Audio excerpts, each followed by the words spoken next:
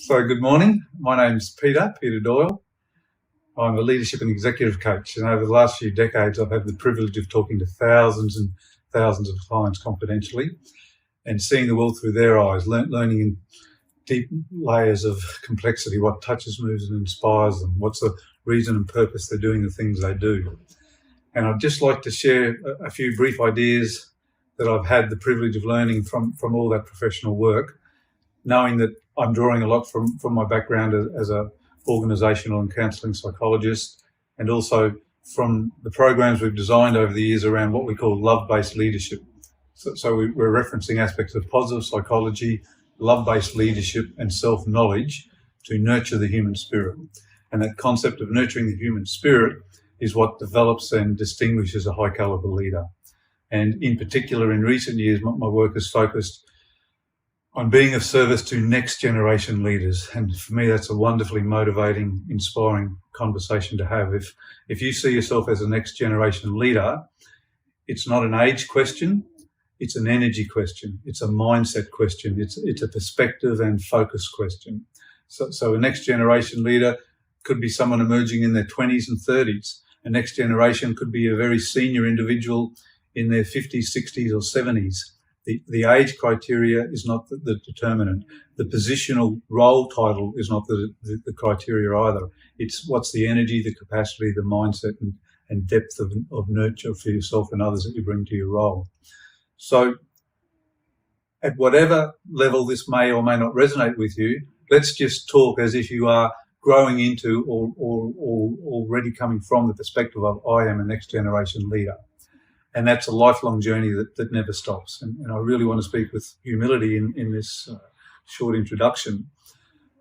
You, the listener, are the expert in your own life, and it's never my role to define and give a definitive one-size-fits-all definition of leadership. But I want to talk about, over all these years, what are some of the distinguishing hallmarks of next-generation leadership. And one is loading on personal power as distinct from positional power. So positional power is your job title. I'm the CEO, I'm in the C-suite, I've built this entrepreneurial firm, I have X number of direct reports, I own these resources, and these are my formal credentials.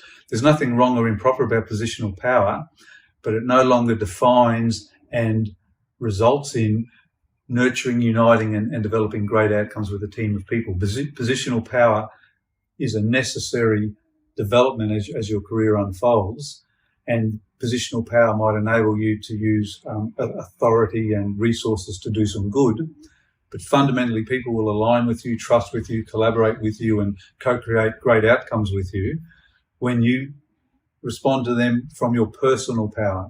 And personal power is something we cultivate every single day in our leadership work. So what does personal power look like? It's to do with what energy state do you bring to the situation on a continuous basis. Are you positive, motivating, and inspiring of your own inner world? And in that way, are you able to energetically radiate that out and connect in an authentic way with other people? And so the mindset becomes one of, what am I doing each day to lift my energy? How do I separate myself from all the complexity and stress and demanding things in the modern world and still stay in a state of loving kindness and appreciation and joy and gratitude and excitement about the possibilities that are available to us? And how do I use my personal energy to touch, move and inspire those around me so that they step deeper into their personal power as well? So that energy, that mental and emotional state is what determines the amplification of your own personal power.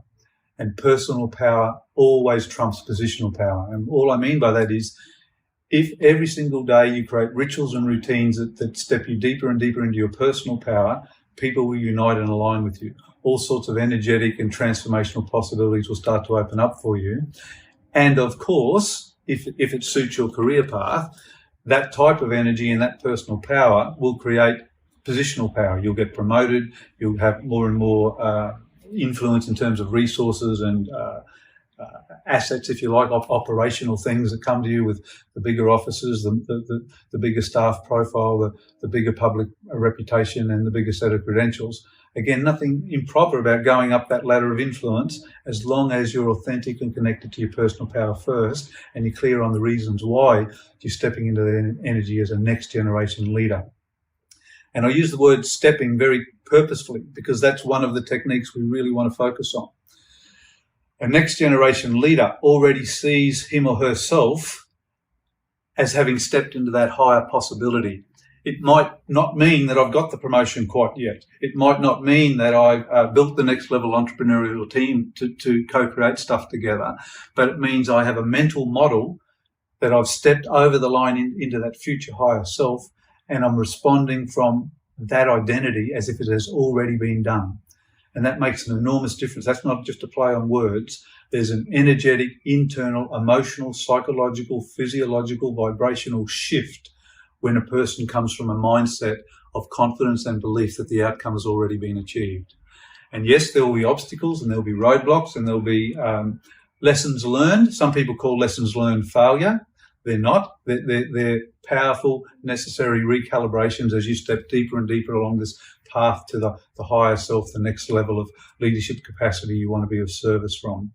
So whatever the journey, we want the mindset every day that I'm valuable, I'm lovable, I'm worthwhile, I'm already enough. I love, trust and approve of me as I step in to this new set of possibilities.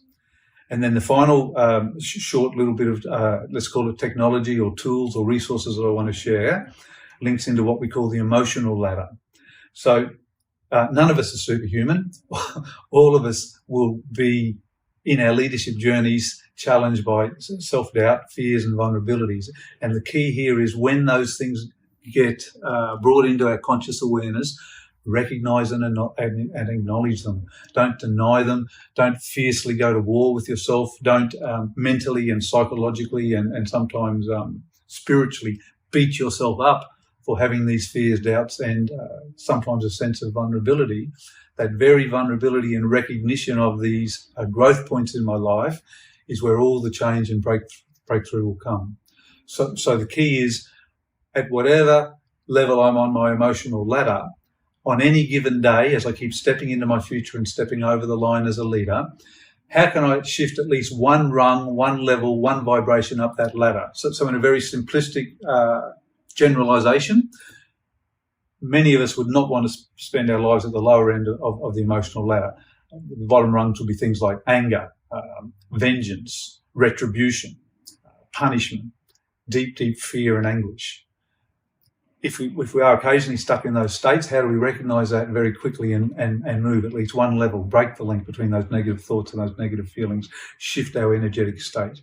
How do we at least move from anger, fear, frustration into irritation and annoyance? And if we can hold that level of the ladder more consistently through the inner work and the self-knowledge and the love-based leadership models and the tools of positive psychology, how can we go from irritation and anger to a state of optimism and curiosity?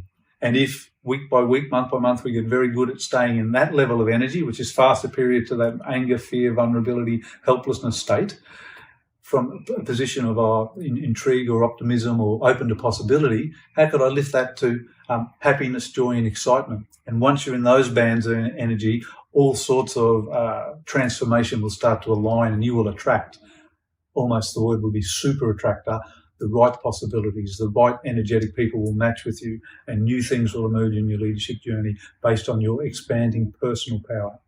And the joy of it all, if you can consistently do the rituals and the practices and the self-belief and the holding that higher energy identity to stay in states for longer and longer periods of time of joy and excitement and gratitude and then appreciation, then you're in this higher state of pure energetic being. And that's a lifelong journey. Some of us might never aspire to stay in those states for a continuous basis, but it's where all loving kindness comes from. It's where all deep connection at a high level of self-worth and deep regard for self and others to unite people together, to use our resources and personal power as a leader to do more good in our world. And that's the journey I'd love you to be part of at whatever level some of these comments and suggestions might resonate with you. So the offer I'd like to make is a short quiz that myself and my team are creating. It's about leadership styles in terms of what we just talked about. And if you see yourself resonating with any of the next generation leader concepts that I've very, very quickly thrown out there for your kind consideration, you might like to click or follow through the website links, have a look and fill in the very short leadership quiz, see what the score looks like, and I hope it gives you a tool, a strategy, a reminder that if you're on this path, keep taking one step at a time, and at some point, if we can be of service, it would be a pleasure. Thank you. Check out the quiz if you'd like to.